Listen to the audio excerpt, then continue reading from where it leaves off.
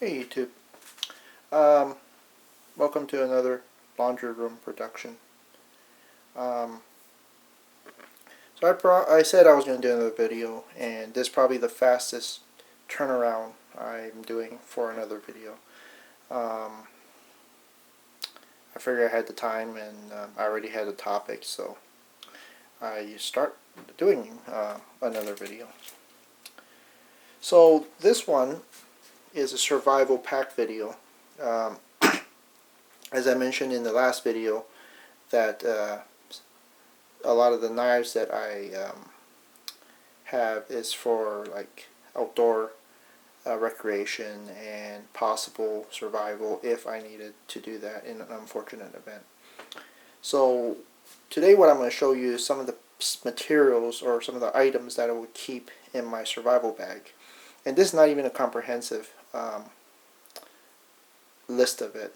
I have a bigger pack that has a lot more stuff in it, and I'll go over that material as far as verbally, but I just wasn't motivated enough to pull all that material out, all those items out from the big bag. So this is my like quick grab to go, like for a quick trip, hiking or whatever I need to do, that I think that I might need to go off the beaten path, and I'll still have some basic items to help me survive an unfortunate ordeal if I was to get lost or something like that.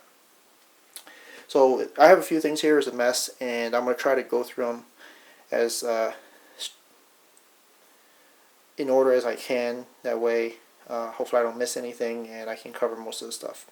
Some of them are redundant. You'll see some things that are redundant, and you'll find out it's redundant too, because I'll tell you that I just have two of these. So the first thing you'll see, at least over here, is a tin can.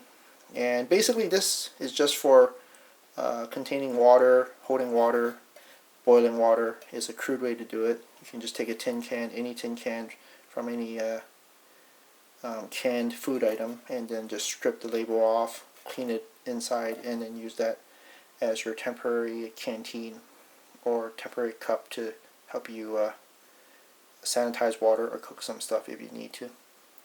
On this side, I have this cup, which is more official, and this one is actually made for that.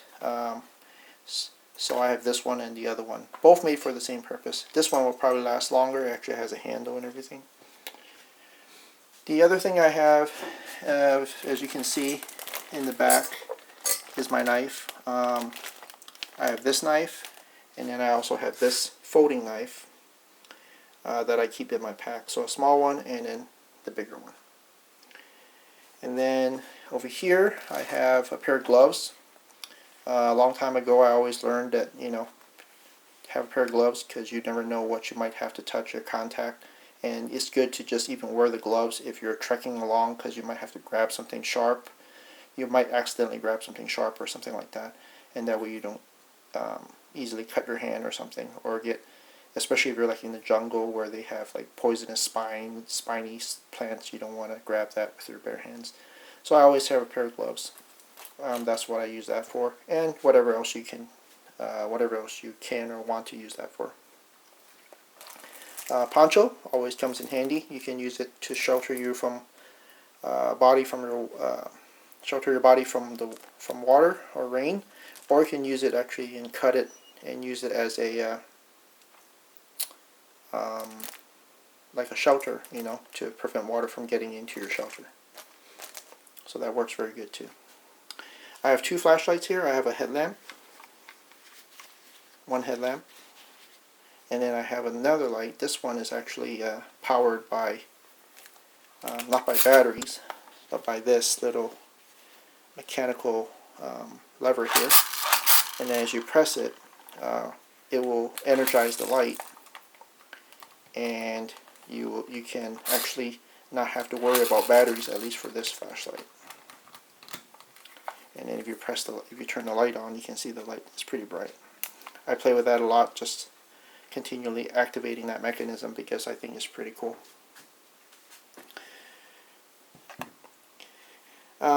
As we go along, I'll cover this first. I also have a flint and steel. which is, here, let me clear some of this off that way it doesn't look so messy. I also have a flint and steel here. Right there is the flint, and then you have the steel to scrape it to start a fire. And while we're talking about starting fires, I keep matches and a lighter in a Ziploc bag. That way, in case I fall into the water or something, hopefully it will still keep it dry. In my other bag, I actually have a waterproof case that holds this. A simple, basic whistle, and it also has a container inside you can hold matches or other stuff, and a basic compass. This is not the ideal compass I would like to use because it's hard to do mapping or anything like that with this compass, but it gives me a general direction, so I know I kind of have some idea of where I'm going. Let's see what else we got here. Okay, so next we have some first aid supplies. Oh, actually I still have this too. This is another scraper for the steel or the flint, if you need to use it. So first aid supplies. Right here you see I have a pressure, kind of like a pressure bandage for stopping bleeding, and probably not as good as a tourniquet, but it's a pressure bandage. Gauze. I have a basic first aid kit here. It has a few items: antibiotic ointment, antiseptic cleaning, a couple Q-tips, band-aids, alcohol pads, just very basic stuff like that. In case you scratch yourself or something, you can have something to clean your wound and get going. Put a band-aid on there, and this doesn't interfere with your adventure too much. A pair of scissors, always very good for addressing bandages or whatever else you need. You can actually use this to cut this up and help make yourself a shelter. Now this is kind of a medical tape. I don't know how many people know about this. If you work in the medical field, you do know about it. It's actually used a lot in labs and when they start IVs on you or draw blood. This is called Coban. You can buy it on Amazon or any medical store, or even like Walmart in their medical aisle where they sell the medical supplies or first aid supplies. So basically, the good thing about this tape is it doesn't stick to your skin. It only sticks on itself. So if you wrap it, it actually have a little bit tensile strength, so you can actually wrap it, and it will not. It can be used like a pressure bandage, or to keep pressure on the wound. Let's say put a gauze on there and then wrap this pretty tight to hold pressure to stop the bleeding. And then what will happen is when you take it off, it doesn't stick to your skin, so it just sticks on itself. And it does have a pretty good tensile strength to it, so you might have to cut it instead of trying to rip it off, like tear it apart. If you have scissors, definitely cut it. Like one layer is not that bad. Once you get multiple layers, it does get pretty tough to rip it. Or you can just slide it off your arm. Right now, in this one I have is water purification tablets. I have a few of them. And in the back it has directions to tell you how to use it. I also have, this is actually a cooking stove, a portable cooking stove. This opens up. Give me 1 second.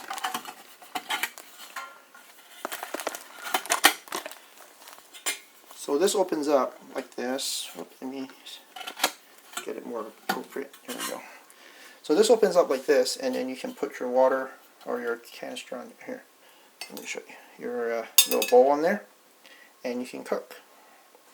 Of course, this without the fuel tablets would not work very well. These fuel tablets are just like little cubicle tablets, and it's great fire starter, if you need to start a fire in like really wet conditions, and of course if you're in areas where you don't have much material to hold a fire, this is excellent because it will do it.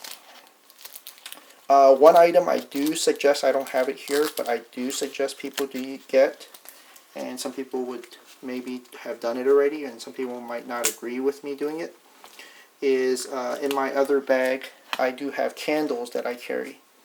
Not fragrant, nothing special like that, it's just regular candles. And the reason I carry that is because candles hold a flame very well. Even if it's a small flame, it holds it very well. So it allows me to just keep that around. If I need to start a fire or do anything like that, I just take the candle and light whatever I need to light. I also have an emergency blanket. Again, you can use this for warmth, or you can use this for shelter. And with this blanket, actually, you can even use it for signaling. It makes a great signaling device. Or item. Over here, just some instructions. So, this is like the minimal items I'll have that I'll carry on my quick to go bag. Now, some of the items that I don't have here is other items I carry is I also carry a hammock in my big bag. I also carry bear spray. I also have a pair of sandals. Now, of course, some people are like, why do you want sandals? Well, if you go to a really wet environment, and let's say you go into the forest or the jungle, or especially the jungle, if you're wearing shoes and socks, eventually what will happen is if you don't properly aerate your feet out and dry it, you're going to develop what they call trench foot or immersion foot. I think that's the name for it. And basically what will happen is fungus will start to cause sores on your feet and you'll eventually not be able to walk. So I keep a pair of sandals in my bag, so in case I get into that situation, I just change out my shoes for that. Now the other option is to take away your socks, ditch your socks, and just wear your shoes, and then whenever you camp for the night, or if you have to stay overnight, you take off your shoes and air out your feet, and that will keep your feet dry and prevent you from getting trench foot or immersion foot. What are some of the other items I have? I have a lot more first aid supplies. I also might have medications like antidiarrheal, basic Tylenol, acetaminophen, that kind of stuff. And as far as that, I think I covered most of it. The items I carry, I also have, in my bigger bag, I also carry duct tape. There's also duct tape in there. I also carry I might have a bigger knife than this. This is actually a medium-sized knife, but like I said, I carry this as a preferential, but I might have a bigger one, closer to like a kukri sized knife. And of course I'll have a smaller knife too, and I'll have a better compass. I actually have a compass that I can do mapping and degrees and stuff, so that way gives me a better chance of maybe getting myself out of that situation. The one thing that I was taught a long time ago is if you do this or you want to use a compass, at least know where your cardinal direction is. That way you know which way you came in, so you know which way to get out. So an example would be if you came in, coming in south, then you probably want to go back south, or actually north, something like that.